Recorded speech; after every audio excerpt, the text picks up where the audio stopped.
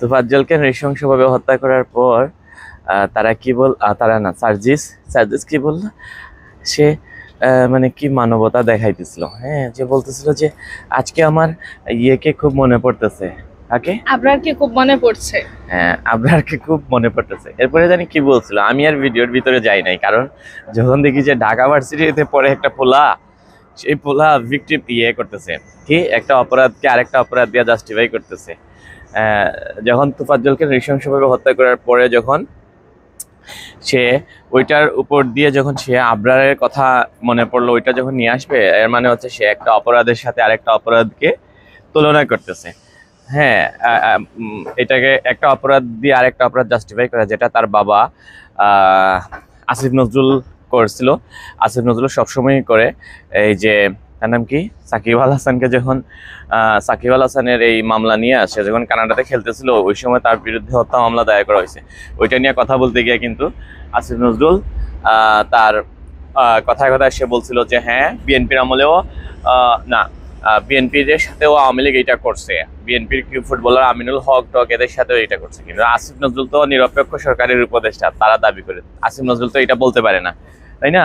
অর্থাৎ এবং এটা প্রথমত সে এটা বলতেছে, আর দ্বিতীয়ত সে কি করতেছে, আসিফ নজরুল হচ্ছে একটা অপরাধকে আরেকটা অপরাধ দিয়ে জাস্টিফাই করতেছে। আওয়ামী লীগের আমলে যদি এইভাবে যদি প্রতারণার মাধ্যমে প্রতিহিংসাপরায়ণ মামলা করা হয়, তাহলে সেটা একটা অপরাধ, তাই না? সেটা তো সাকিব আল হাসানের সাথে আসে না। সুতরাং তার বাবা উপদেষ্টা, তার রুহানি বাবা আসিফ নজরুল এইগুলা করে, এবং সেও কি করলো, তোফাজ্জলের নৃশংস মধ্যযুগীয় কায়দায় যে হত্যা, এই হত্যার পেছনে ইয়েকে টেনে আনছে, আবরারকে টেনে আনছে। আচ্ছা, এই বিষয়টা যদি একটু বলি যে হ্যাঁ, আচ্ছা, কিন্তু একটু খেয়াল করে দেখুন তো, আবরার কখন মারা গেছে, কবে মারা গেছে? আবরার মারা গেছে 2019 সালের 7 সেপ্টেম্বর বা অক্টোবর, এরকম একটা সময়ে আবরার মারা গেছে। আর এরপর কিন্তু সার্জিদ আবার ছাত্রলীগে জয়েন করছিল, তাই না? আর ছাত্রলীগে সে জয়েন করছে 2022 সালে। মানে আমি যে কথাটা আমার মন থেকে যাইতেছে না, যে মানুষ কি পরিমাণ বাটপার, ভণ্ড, হিপোক্রেট হইতে পারে, যে ছেলেটা আবরারের জন্য মায়া কান্না কাঁদতেছে, ঠিক আছে, আবরারের জন্য মায়া কান্না কাঁদতেছে, সে কিন্তু জানে যে আবরারকে ছাত্রলীগের কর্মীরাই মারছে, তাই না? জানার পরও সে আবার সেই ছাত্রলীগে জয়েন করছে, এবং এত বছর পর এখন এসে বলতেছে যে আবরারের জন্য তার খারাপ লাগছে। আরে বেটা, আবরারের জন্য যদি খারাপ লাগে, তাহলে সে সময় জানিস যে ছাত্রলীগ থেকে ওরাই মারছে, তাহলে সেটাতে জয়েন করার কি দরকার ছিল, তাই না? তার মানে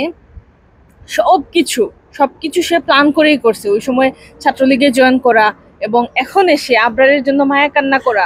আবরারকে যে মারা হয়েছে, আমরা তো সেটাকে করতেছি না, তাহলে কিন্তু সে কিন্তু জাস্টিফাই করছে আবরারের হত্যাটা, কিন্তু জাস্টিফাই। সে যদি মনে করতো যে না, আবরারকে নৃশংসভাবে হত্যা করা হয়েছে, অন্যায়ভাবে হত্যা করা হয়েছে, এটা ঠিক না, তাহলে সে ছাত্রলীগে যাবে কেন? সে ছাত্রলীগে যুক্ত হয়েছে। 19 সালে মারা হয়েছে আবরারকে, আর সে 3 বছর পরে 22 সালের কত তারিখে মারা হয়েছে, সে জয়েন করছে, ছাত্রলীগে জয়েন করছে। তাহলে এটা কেমনে হইলো?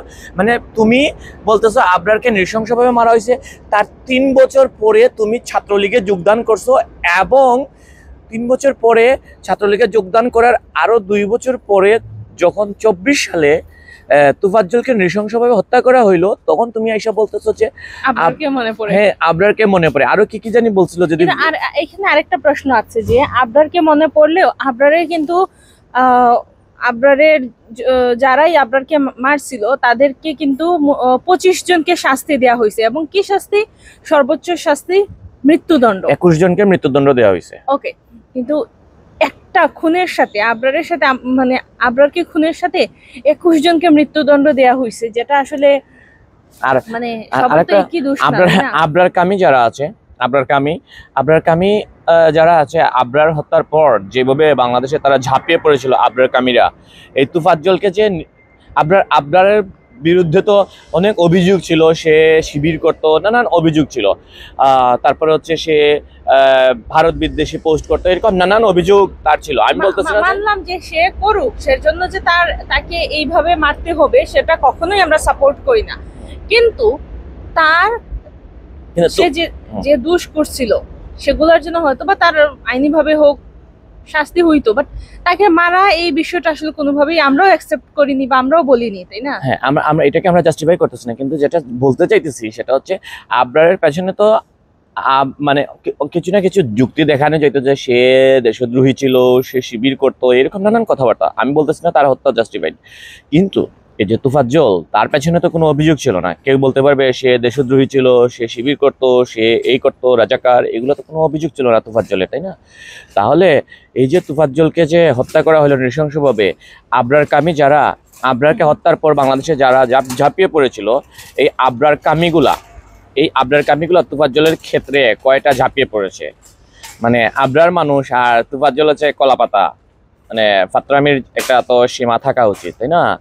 মানে এই যে সার্জিস আলম, এই যে ভণ্ডামি, হ্যাঁ, এই যে মায়াকান্না, আরো বলতেছে আবরার পানি চাইছিল, পানি পায় নাই, আর তার নাম কি, তোফাজ্জলকে তো খাওয়ানো হয়েছে, হ্যাঁ খাওয়ানো হয়েছে, ভাত খাওয়ানো হয়েছে তোফাজ্জলকে।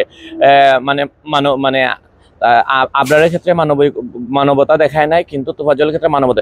এই যে অত্যন্ত সুকৌশলে কিন্তু একটা অপরাধী আরেকটা অপরাধকে জাস্টিফাই করার অনেক চেষ্টা।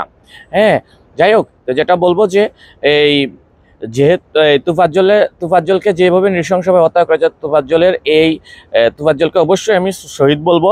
কারণ যে যুক্তিতে আবু ছাগল এরা এই যে দেশদ্রোহীরা জুলাই আগস্টে যে নৃশংস বর্বর সন্ত্রাসমূলক কার্যক্রম করে যারা মারা গেল, এই সন্ত্রাসীগুলো যদি শহীদ হতে পারে, তাহলে তো সে মানে যদি তারা শহীদ হইতে পারে, তোফাজ্জল কেন শহীদ হবে না? তোফাজ্জল কোনো সন্ত্রাসী কার্যক্রম করে নাই, কিছু করে নাই।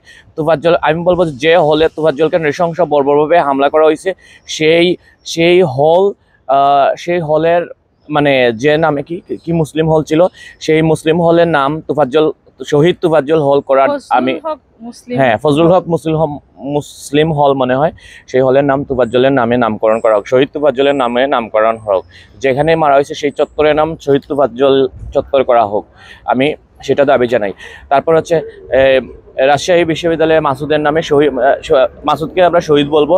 সেই শহীদ যে, হ্যাঁ, সেও শহীদ, তার নামেও হলের নামকরণ করা হোক বা কোনো কিছু তার স্মৃতি রক্ষার্থে কিছু নামকরণ করা হোক। জাহাঙ্গীরনগর বিশ্ববিদ্যালয়ে যে শামীমুল্লাহকে যে নৃশংস বর্বরভাবে যে হত্যা করা হইলো, তার নামেও সেও অবশ্যই শহীদ শামীমুল্লাহ, শহীদ তোফাজ্জল, শহীদ মাসুদ, এদের নামে তাদের স্মৃতি রক্ষার্থে হলের নামকরণ করা হোক বা কোনো কিছুর নামকরণ করা হোক। কারণ সন্ত্রাসীদের নামে যদি বাংলাদেশে যে তারা যে দাবি করে সন্ত্রাসীদের নামে গেট হবে, সন্ত্রাসীদের নামে টয়লেট হবে, সন্ত্রাসীদের নামে জাঙ্গিয়া হবে, সন্ত্রাসীদের নামে কন্ডম হবে, আমরা দেখলাম যে আবু সাইদের নামে কন্ডম পর্যন্ত তারা বের করছে, সেটা সার্কাজম করে হোক যেমন করে হোক।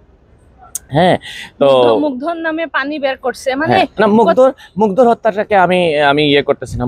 কারণ মুগ্ধ হচ্ছে, সে বলছিল যে শিবির, সে পোস্টও করছিল যে এই আন্দোলনে, সে বুঝতে পারছিল যে এই আন্দোলনে শিবির, জামাত, এরা সন্ত্রাসীরা চলে আসছে, কিন্তু এবং সে টার্গেটেড কিলিং এর শিকার হয়েছে অবশ্যই, এবং সেটাই যে শিবিরের মানুষ ধরা হয়েছে এটা তো এখন স্পষ্ট।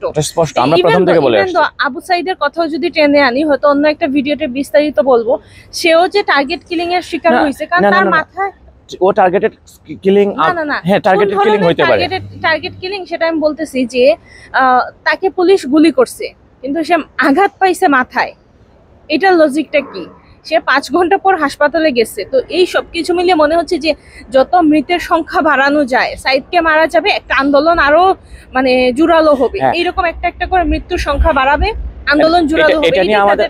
এটা নিয়ে আমাদের অনেক ভিডিও আছে, লেখা আছে। আমি যেটা বলতে চাইছিলাম যে সাইদ হচ্ছে, আবু সাইদ আমরা প্রথম থেকেই বলে আসছি যে সে একটা সুইসাইড স্কোয়াডের একটা সে মেম্বার ছিল। আমার কাছে মনে হইতেছে যে এই জঙ্গিরা এইভাবে সুইসাইড স্কোয়াডের যে ওকে আমার মানে সে সুইসাইড করার জন্য যে আত্মঘাতী হামলা করে জঙ্গিরা, এইভাবে সে সুইসাইড স্কোয়াডের ইয়ে ছিল। আরেকটা ছেলে ছিল ওই যে চট্টগ্রামের রাফি, সেও কিন্তু সুইসাইড স্কোয়াডের ইয়ে ছিল, সেও খুব চেষ্টা করছিল পুলিশ যাতে তাকে মেরে ফেলে। এই জন্য পুলিশ তাকে সরাইতেছে হাত দিয়ে, সে বলে মার আমাকে মার এইভাবে যাইতেছে। এদের উদ্দেশ্যটা এরকম যে আমি মারা গেলে আমি তো শহীদ, হ্যাঁ এই এবং ধারণা এদের মাথায় এবং ঢুকায় ময়না দিছে। এবং ময়না তদন্তে তো বের হয়ে আসলো যে আবু সাইদ পুলিশের গুলিতে মারা যায় না, মারা গেছে মাথায় আঘাতের কারণে। এখন এবং সে 3টার সময় না কটার সময় সে আহত হয়েছে এবং রাত্রে 8টার সময় তাকে হসপিটালে ভর্তি করা হয়েছে। এই মাঝখানে এত সময় সে কোথায় ছিল না ছিল এগুলোর সম্পর্কে আমরা জানি না। যাই হোক, কথা সেটা না, কথা অনেক এইটা আজকে কথা বলার ইচ্ছে ছিল না, জাস্ট এটা বলতে চাইছিলাম যে সার্ভিস আলম সে আবরারকে নিয়ে সে মায়া কান্না কাঁদতেছে, অথচ আবরার মারা গেছে 2019 সালের সেপ্টেম্বর মাসের মনে হয়, খুব সম্ভবত, আমি যদি ভুল না করে থাকি, বাট 2019 সালে এটা ঠিক। আর সার্ভিস আলম যুক্ত হয়েছে ছাত্রলীগে, হাসনাত এরা যুক্ত হয়েছে 2022 সালে লেখক ভট্টাচার্যদের আমলে, হ্যাঁ, সাদ্দামদের আমলে। তাহলে সে যদি আবরারের হত্যার বিরুদ্ধে যদি থাকে, তাহলে সে ছাত্রলীগে কেন সে যোগদান করবে? সে ছাত্রলীগের সাথে এত মাখামাখি করবে, ছাত্রলীগের সে তো কখনো প্রতিবাদ করে নাই। তার মানে আবরার হত্যা সে জাস্টিফাইড, তার কাছে আবরার হত্যা ঠিকই ছিল, আদারওয়াইজ সে তো এই ইয়েতে যুক্ত হইতো না। কি বলতে চাইছিলে, শেষ করে বলি। না, বলছিলাম যে এই কথাই বলছিলাম যে সে যদি জানতো যে ছাত্রলীগ আবরারকে মারছে, তাহলে তো সে নিজে এসে আবার ছাত্রলীগে জয়েন করতো না, তাই না? সে এসে জয়েন করছে, আবার এখন 2 বছর পরে সে আবার বলতেছে যে আবরারকে মনে পড়ে। তার মানে এই মুহূর্তের আবরারকে মনে পড়া এইটা আসলে একটা কৌশল, যে আমি তোফাজ্জলের ঘটনাকে একটু দামাইয়া দিলাম বা থামিয়ে দিব, এই কৌশলটা চালানোর জন্য এই কাজটা করছে, আর কিছু না। Bye bye.